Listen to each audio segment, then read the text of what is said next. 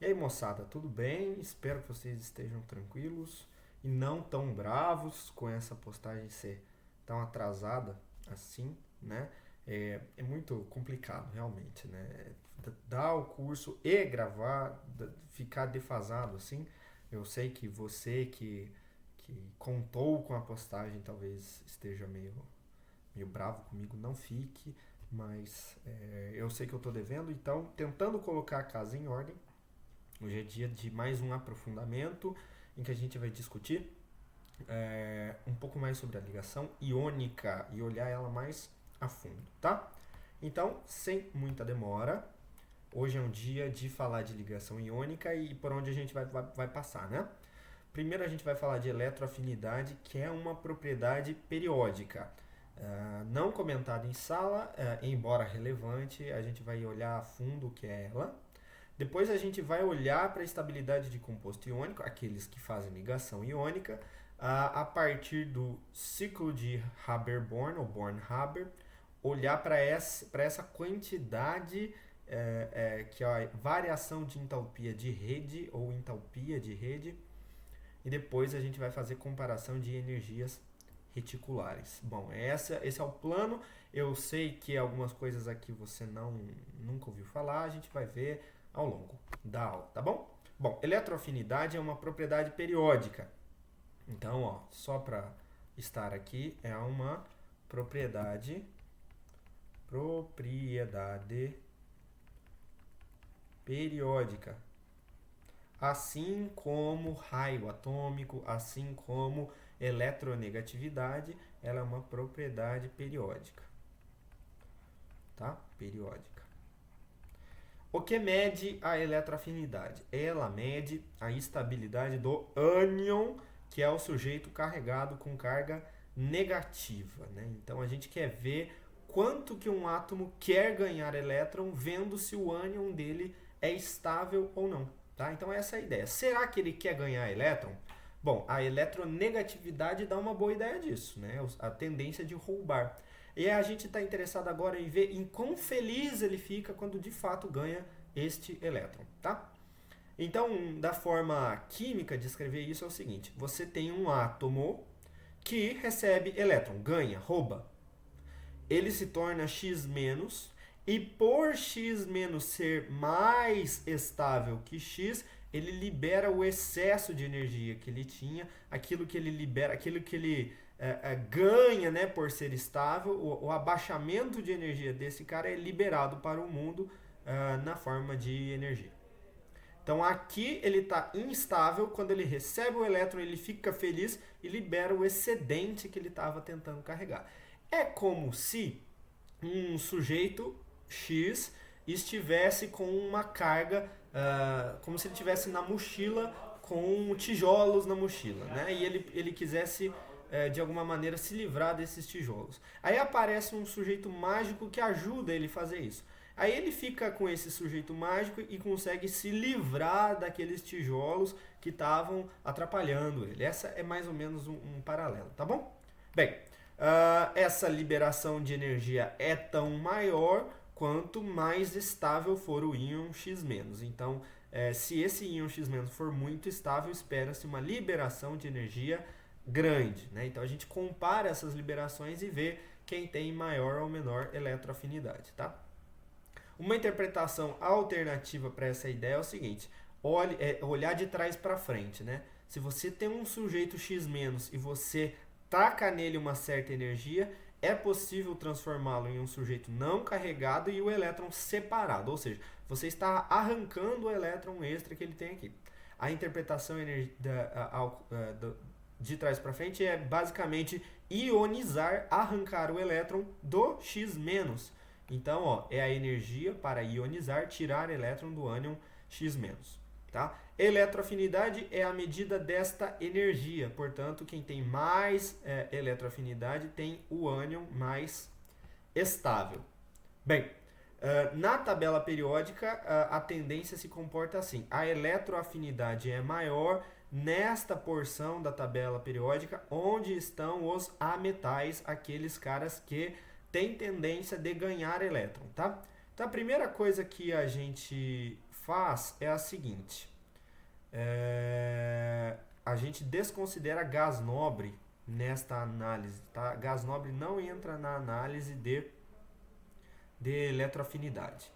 E a eletroafinidade, ela cresce de baixo para cima, da esquerda para a direita, assim como faz a eletronegatividade, tá? Então, as maiores eletroafinidades estão aqui nesta porção da tabela. Aqui se concentram os átomos que têm seu íon estável, então eles querem de fato ganhar um elétron, tá bom? Bem, vamos agora estudar, mudando um pouco o paradigma, você vai ver que isso vai ser importante daqui a pouco. Vamos estudar a estabilidade dos compostos orgânicos. Então aqui 3 caras, eu quero olhar quem deles é mais difícil de tirar da forma sólida. Então vamos olhar para a temperatura de fusão desses 3 compostos que são iônicos.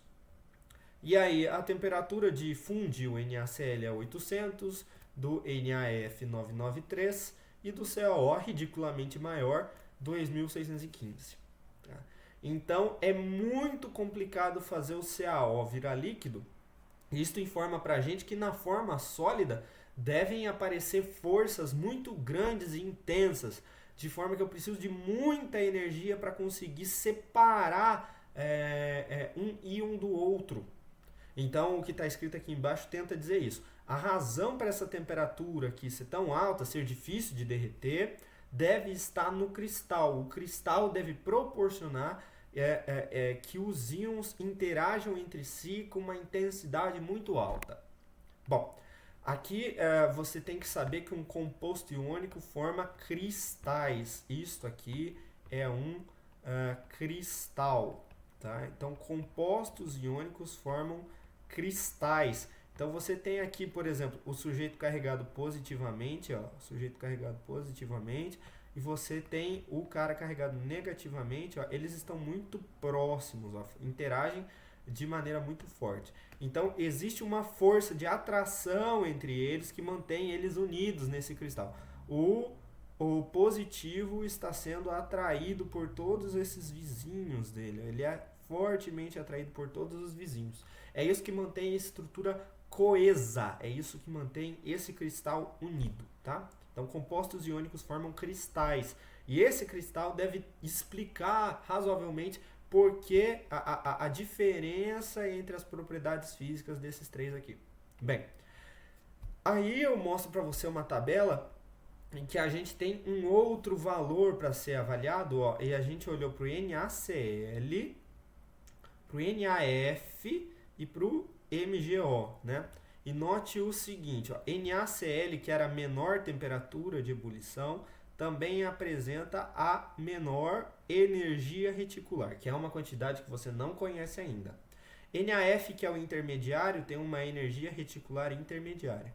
E o MgO, que era o último, era o da maior temperatura de ebulição, tem também uma energia reticular maior. Então essa energia reticular é uma grandeza que se mede, que está associada a quão fortes são as interações dentro do cristal. Tá? Com que intensidade os íons estão interagindo entre si no cristal do composto iônico. Bem, como se define esta tal energia reticular? Ela tem uma definição meio ruim, que não é tão visual. Vai ficar visual em seguida, mas por enquanto não é. Que é o seguinte, você quer comparar os íons gasosos separados, isto é, como se o Na+ estivesse totalmente separado do Cl- no composto NaCl, na forma gasosa. E aí, quando eles se juntam para ficar na forma sólida, qual é a liberação de energia associada a isso? Quer dizer, quão mais estável é o cristal comparando os íons gasosos separados. Esta é a definição da energia reticular. E você percebe que, de fato, o cristal sólido é muito vantajoso para o MgO. Esses aqui também são valores grandes, mas você percebe que este valor ser ridiculamente grande está de acordo com o fato da temperatura de fusão ser muito grande também. Bem, então a gente pode usar essa energia reticular como um parâmetro para investigar quem derrete mais rápido, quem derrete a menor ou maior temperatura. Bem, para que a gente calcule essa tal energia reticular, a gente não consegue íons gasosos separados, isso aqui é impossível. Então a gente cria um roteiro imaginário, mas cujas etapas nós conseguimos, as etapas separadamente nós conseguimos fazer, de forma a calcular esta diferença, íons gasosos de cristal, tá bom? Então tá bom. Este é o diagrama de Born-Haber, diagrama de Haber-Born. Bem, aqui eu tenho reagentes Na sólido e meio de Cl2 e o produto NaCl sólido. O que eu basicamente estou fazendo aqui é pegar os reagentes na forma padrão deles, né, na mais comum de se achar em temperatura ambiente e formar o cristal. Bem, vocês já devem ter tido aula disso. Quando você pega esses caras no estado padrão e forma um produto, você está vendo a reação de formação dele, tá? Este diagrama tem apenas um eixo, que é o eixo Y aqui, que é um eixo de energia. Então, esta descida está associada à energia que se libera quando se forma 1 mol de NaCl a partir de seus átomos formadores no estado padrão. Esta é a energia de formação. A gente chama isso de entalpia, ΔH, padrão de formação F do NaCl. Então, este abaixamento é a entalpia padrão de formação. O que a gente quer? A gente quer íons gasosos para cristal sólido. Então, a gente vai inventar uma maneira de achar os íons gasosos para descobrir a diferença até o cristal sólido. Bem, a primeira coisa que a gente precisa é íon gasoso. Então, veja que sódio aqui ainda não está gasoso. Vamos resolver isso fazendo a vaporização do sódio. Tá? Então, aqui o sódio sólido virou sódio gasoso. Ó, 1 mol desse virou 1 mol desse gasoso. Então, esta subida de energia está associada à mudança de fase do sódio. Então, aqui, ó, ΔH de vaporização do sódio. Bem, o fato é que aqui a gente tem uma molécula de Cl2, mas a gente quer o átomo separado, então aqui a gente vai quebrar esta ligação, nos dando 1 mol de Cls separados, Cls atômicos, né? Não Cl molécula, Cl ligado a Cl, que é o Cl2, mas Cls atômicos. Então a gente vai quebrar meio mol de ligações de Cl com Cl. Esta subida de energia é a quebra de meio mol de ligações Cl-Cl. Bem, a gente não quer íons gasosos? Bom, a gente já tem os sujeitos gasosos, é hora de formar os íons. Então, o sujeito que eu vou ionizar é o Na, que ele precisa ficar positivo. Então, eu vou transformar o Na gasoso em Na+, arrancando seu elétron. Esta subida é, portanto, um ΔH, uma variação de energia associada à ionização. Então, aqui, ΔH de ionização do Na. Tá bom? Então, a gente conseguiu um íon gasoso, mas falta o Cl. Bom, o Cl pode absorver este elétron, se tornando Cl-. Só que essa absorção de elétron leva a uma queda de energia. O quê? Eu estou dizendo para você que o átomo de cloro, quando absorve um elétron, ele tem um abaixamento de energia, ele libera energia para o ambiente. Você consegue se lembrar de alguma coisa que eu falei nessa aula associada a isso?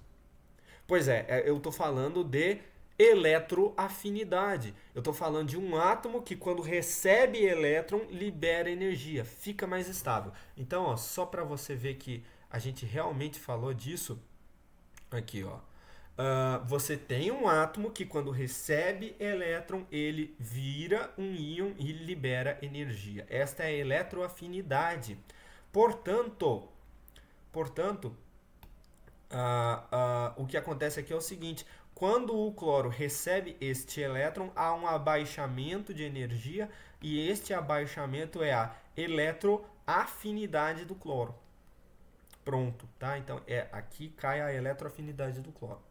E, finalmente, a gente tem, ó, íon gasoso, pronto para medir a diferença de energia com a forma sólida. Ah, perfeito. E que abaixamento de energia é esse? Então aqui, este é o ΔH de rede ou ΔH reticular.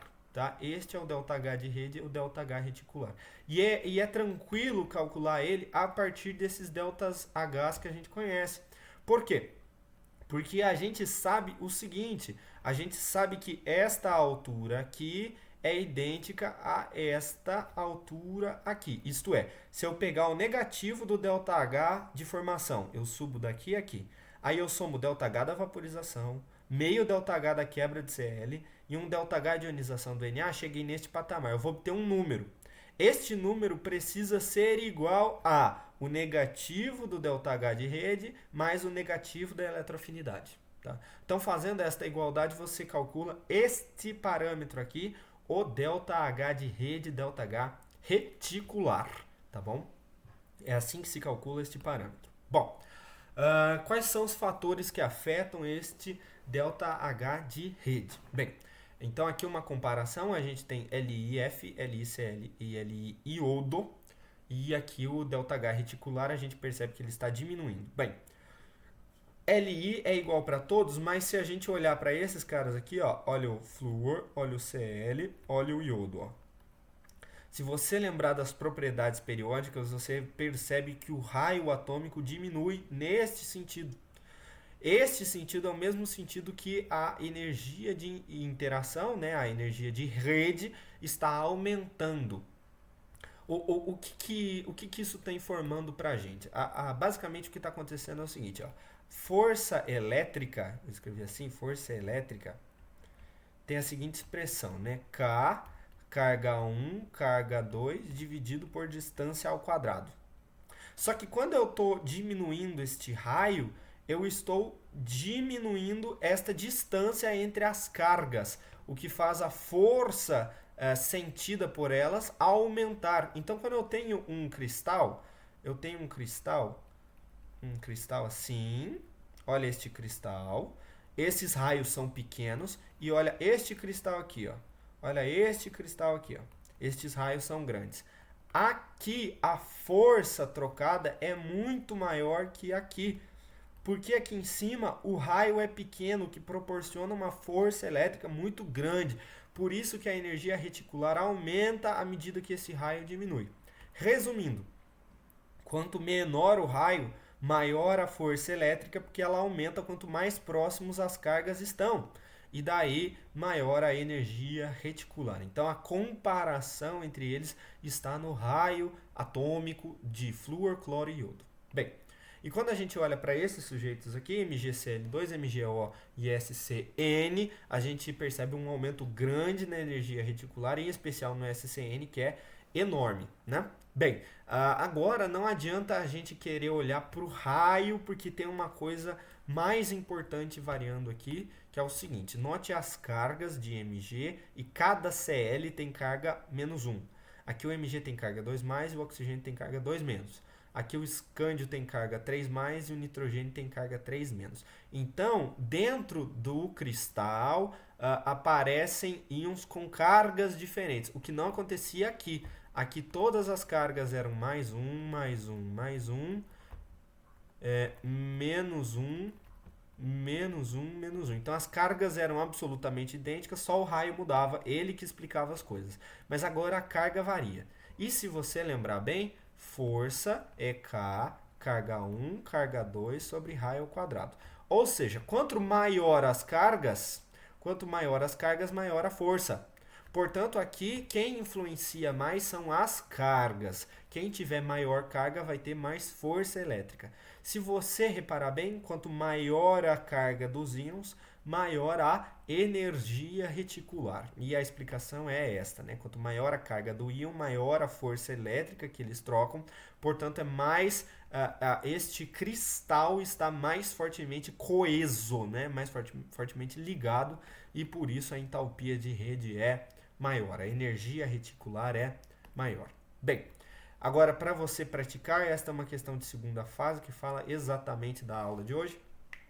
tente fazer, se esforce para pegar o que foi dito e montar o diagrama de novo e conseguir fazer a conta, tá? Eu vou gravar o vídeo da solução separadamente, tá?